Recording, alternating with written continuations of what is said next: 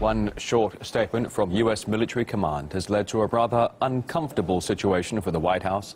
The Trump administration has been rapidly backpedaling on plans to create a border force with Kurds in northern Syria after sparking a furious reaction from Washington's key ally, Turkey. The Secretary of State later tried to clarify the situation, saying the U.S. has no intention of creating a border security force in Syria.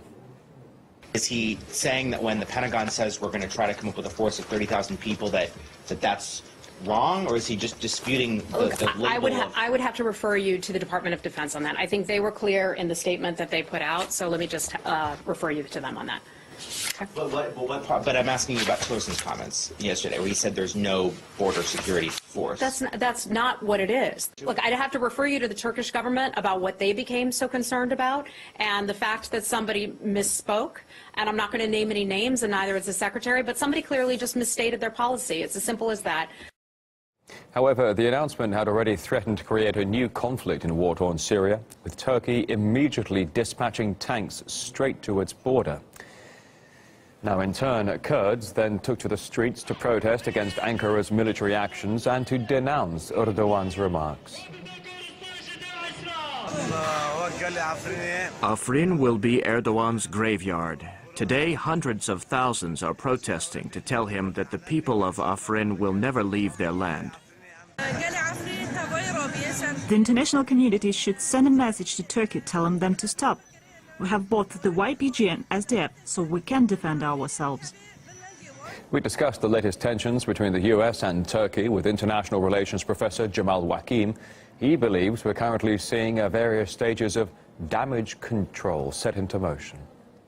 He's trying to limit the damage that was caused to the Turkish-American relations with this new American move by establishing this border army under the pretext of protecting the border, the Syrian border with Iraq and with Turkey. But I believe that the main geopolitical objective here is for the United States to have a surrogate army in eastern Syria that could ensure that the United States have a foothold on Syrian soil and prevents the Syrian government from extending its control over the northeast part of Syria.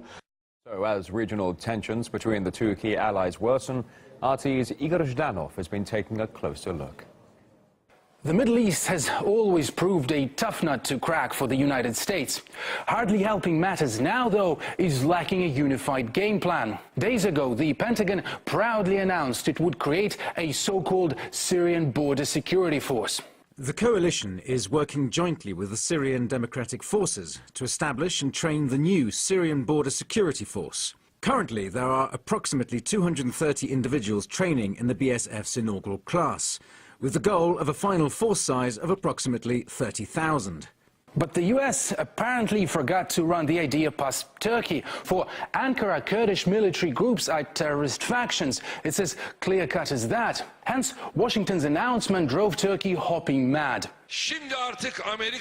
America has admitted that it has established a terrorist army at our border, and it's up to us to strangle that terror army at birth. Turkey power projected additional troops, along with tanks, to the southern border with Syria. And amid the spat, America's top diplomat Rex Tillerson intervened to save the day.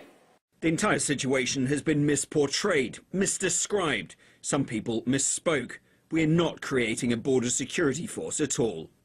Being a mouthpiece of US foreign policy these days is one hell of a job, especially when you have to contradict your own military to keep an ally happy. But arguably, that's not Tillerson's biggest brain wrench right now.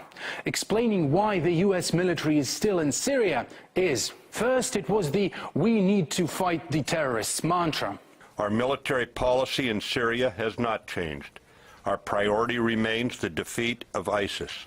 So-called Islamic State has to all intents and purposes now been reduced to a ragtag of guerrilla fighters. But surprise, surprise, it's left to Tillerson to come up with a new purpose for the US military in Syria. It is crucial to our national defense to maintain a military and diplomatic presence in Syria. Stable, unified, independent Syria under post-Assad leadership is functioning as a state.